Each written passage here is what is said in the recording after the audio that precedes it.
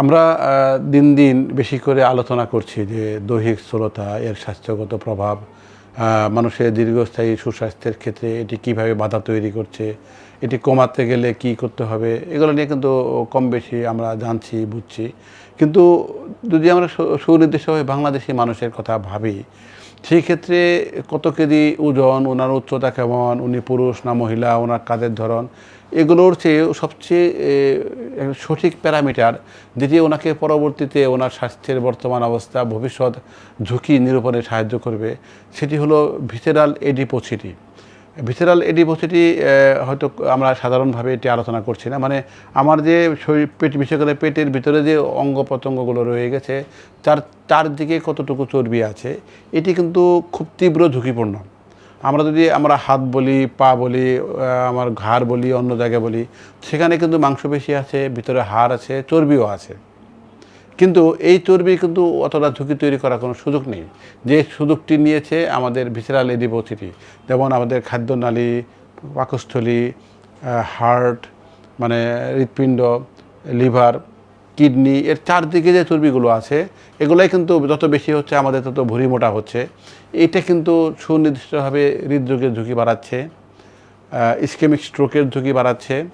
এরা কিন্তু আমাদের রক্তনালীর ক্ষতি করছে, প্রজনন ক্ষমতা হ্রাস করছে।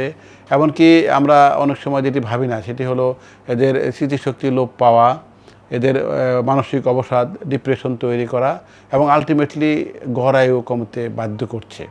তাহলে এই কনসেপ্টটা আমাদের এখন বেশি করে জানার দরকার হয়ে দাঁড়িয়েছে যে ভিসেরাল এডিপোসিটি কী, কমাতে গেলে কি করতে হবে বা কেন বাড়ছে। তো ভিসেরাল এডিপোসিটি মানে যে চর্বিগুলো আমাদের বিশেষ করে পেটের অঙ্গ প্রত্যঙ্গের চারদিকে স্থাপিত, এটির কথা বলছি। তাহলে এই চর্বিগুলো আমাদের এখানে রক্ত যে আমরা সাধারণত কোলেস্টেরল মাপি, সেখানে আমরা এলডিএল দেখি, এইচডিএল দেখি, টোটাল কোলেস্টেরল এবং ট্রাইগ্লিসারাইড দেখি। এই যে ট্রাইগ্লিসারাইড, এটি কিন্তু এখানে গিয়ে জমা হচ্ছে। আরেকটি কনসেপ্ট কিন্তু অনেকের মনে এখন আমার মনে হয় কম বেশি উকিঝুঁকি মারছে, সেটি হলো ফ্যাটি লিভার। এই একই ঘটনা, কিন্তু ওইটাও কিন্তু ভিসেরাল এডিপোসিটির পার্ট। ফ্যাটি লিভার কিন্তু সারা পৃথিবীতে ব্যাপক হুলস্থুল একটা পরিবেশ তৈরি করেছে এবং গত 3 বছর থেকে আমরা যারা হরমোন বিশেষজ্ঞ এবং এন্ডোক্রাইনোলজি মেটাবলিক বিশেষজ্ঞ, তারা কিন্তু এই রোগীগুলো দেখতে বাধ্য হচ্ছি, কারণ সারা পৃথিবীর সকল বিশেষজ্ঞ এখানে একমত যে এটি একটি মেটাবলিক ডিসঅর্ডার এবং এটি আমাদের মতো চিকিৎসকরা এটি হ্যান্ডেল করবেন। তাহলে এটি কিন্তু একটি ভিসেরাল এডিপোসিটির একটি বেশি আলোচিত অংশ, আর অন্য ওগুলো আমাদের কম জানা হয়ে গেল। এখন আমি কিভাবে বুঝবো, কি করব? তাহলে এটি জানার জন্য কিন্তু অনেকগুলো টেস্ট করা যায়। সবার আগে সবচেয়ে বেশি গ্রহণযোগ্য পরীক্ষাটির নাম ছিল এমআরআই।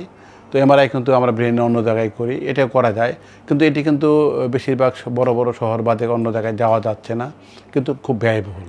তাহলে আমরা বিকল্প খুঁজছি, বিকল্প কিন্তু এখানে এসে গেছে। সেটি হলো আমরা এই ক্ষেত্রে ভিসেরাল মানে বডি ফ্যাট অ্যানালাইসিস করতে পারি।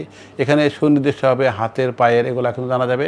কিন্তু আমাদের যে আজকে আলোচ্য বিষয় ভিসেরাল এডিপোসিটি, সেক্ষেত্রে কিন্তু আমরা প্রতিটি অর্গানের সাপেক্ষে কতটুকু ফ্যাট থাকা উচিত ছিল, কতটুকু আপনার আছে জানতে পারবেন। এবং এই জানাটি কিন্তু আপনাকে নিজেকেই আপনার জীবনযাপন পরিবর্তনে সঠিক খাদ্য ব্যবস্থার দিকে উৎসাহী করে তুলবে, যেখানে আমরা আপনাকে সাহায্য করতে পারি। পরবর্তীতে আপনার খাদ্যের শর্করা কমিয়ে, আমিষ বাড়িয়ে, শাকসবজি খাওয়া বাড়িয়ে এবং আমাদের বাংলাদেশের জন্য কিন্তু চর্বিও বাড়াতে হবে। সেক্ষেত্রে প্রাণীর চর্বি, রান্নার তেল কমাতে হবে। এগুলো কিন্তু আপনাকে পরবর্তীতে সাহায্য করবে। তাহলে আমরা যদি এই আজকের আলোচনার সারাংশ করি যে বাংলাদেশের মানুষের একটা বড় ঝুঁকি হলো ভিসেরাল এডিপোসিটি, যেটি অধিকাংশ নন কমিউনিকেবল ডিজিজ মানে অসংক্রামক রোগের মাদার হয়ে দাঁড়িয়েছে। ডায়াবেটিসের সাথে খুব বেশি যুক্ত, ডায়াবেটিসের রোগীর একটি বেশি থাকে এবং এটিকে যদি আমরা সঠিকভাবে ঠিকঠাক করে নিতে পারি, আশা করতে পারি যে ডায়াবেটিসের ঝুঁকি কমে যাবে, হৃদরোগের ঝুঁকি কমে যাবে এবং স্ট্রোকের ঝুঁকি কমে যাবে। আরও অনেকগুলো রোগের হাত থেকে আমি রেহাই পেতে পারি এবং দীর্ঘদিন সুস্বাস্থ্য নিয়ে বাঁচতে পারবো। সকলে ভালো থাকবেন, সুখে থাকবেন এবং নিজের দৈহিক অবস্থা অবশ্যই জেনে নেবেন।